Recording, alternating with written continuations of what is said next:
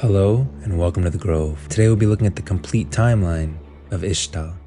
Around 6,000 years before Noxus, bringing all their ancient knowledge and wisdom with them, settlers from the forgotten lands of the distant east reached the shores of Valoran, including regions later known as Shuriman, Targon, and Ixtal. In time, their descendants would come to rule some of the greatest civilizations Runeterra has ever known. At around 5,000 years before Noxus, after being granted knowledge by the Targonians, ancient Shurimans built a sun disk in Niramazith. The prototype failed for unknown reasons, but with the help of Ixtal mages, a new sun disk was built on what would turn into the capital of the Shuriman Empire. After its construction, Ixtal became one of the first independent nations to join the Shuriman Empire. At around 2,500 years before Noxus, Helia, a place part of the Shuriman Empire at the time, organized a rebellion to move out from under Shuriman domination. To try and achieve victory, Helia unleashed a weapon that they had found underground.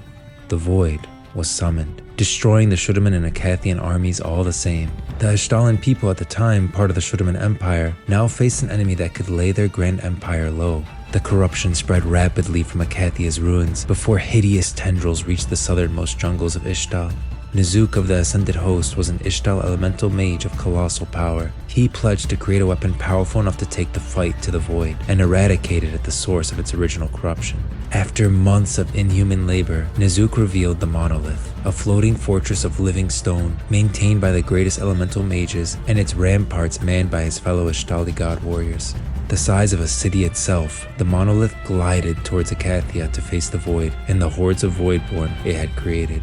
The battle dragged into weeks. It was violence of a scale and intensity never before witnessed in Runterra. Sorcery enough to raise entire civilizations or render whole continents into naught but a memory was unleashed upon the Void. The darkness retaliated in kind. The living stone of the monolith became pocked and seared with unnatural malphite, from the Ixtali word for bad stone, and leaving mineral-like scars. The fortress was pushed to the very limits of its design, struggling to self-repair and reknit its weakened superstructure until it reached the breaking point.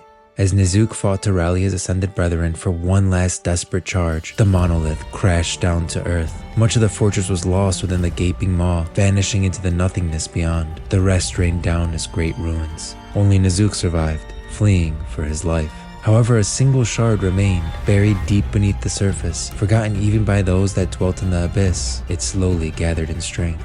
It lived until at last it awakened after uncounted centuries and realized it was alone. In all the centuries since that dark day, the last shard of the monolith would become malphite. Around 13 years before Noxus, we come to the Rune Wars, and deep in the jungles south of Kumungu, between the rivers that divide eastern Shurima, were the gardens of Zir. Elemental magics found in the soil allowed the growth of fierce carnivorous plants that preyed on all creatures within reach. In the midst of the Rune Wars, a small company of soldiers led by an ambitious sorceress entered these lands in search of a long-lost prize. A battle ensued between the vicious flora of the gardens and the soldiers, forcing the sorceress to gather her power and unleash a mighty runic spell, creating a blast of energy. In that instant, however, a rogue spark ignited the gases throughout the swamps and caused an explosion, destroying all living things for miles around, leaving no survivors to tell the fate of the gardens of Zir. But born in this ancient sorcerous catastrophe, Zira is the wrath of nature given form, an alluring hybrid of plant and human, kindling new life with every step. We are now close to present-day Ixtal, where we see stories like At the Edge of the World take place, and in this story we get a good description of the land of Ixtal. The story goes as follows. The jungles of Ixtal are a frontier that most ambitious generals would dearly love to claim for Noxus.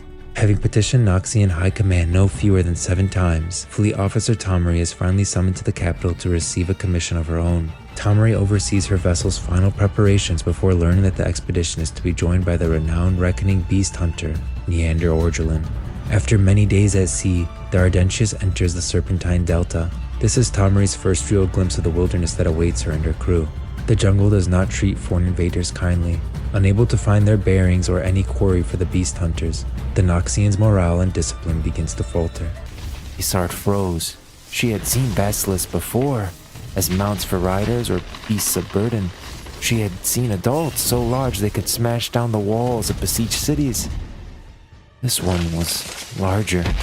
The creature glared down at them and loosed a roar loud enough to throw those standing from their feet. Yes! The triumphant voice jarred Isart from her shock. She turned to see the Beastmaster snapping together a harpoon and bola as he grinned up at the monster.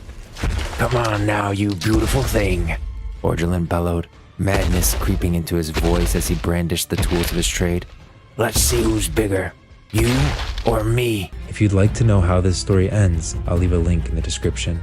Very little is known of Ixtal's history by those outside its borders. Indeed, countless expeditions from Noxus, Bilgewater, and more recently the Piltover Explorers Guild have delved into the jungle in search of arcane treasures or new territorial claims, only to vanish without a trace. Now, secluded deep in the jungle for thousands of years, the sophisticated arcology-city of Ixaocan remains mostly free of outside influence. Having witnessed from afar the ruination of the Blessed Isles and the Rune Wars that followed, the Ixtali view all the other factions of Runterra as upstarts and pretenders, and use their powerful magic to keep any intruders at bay.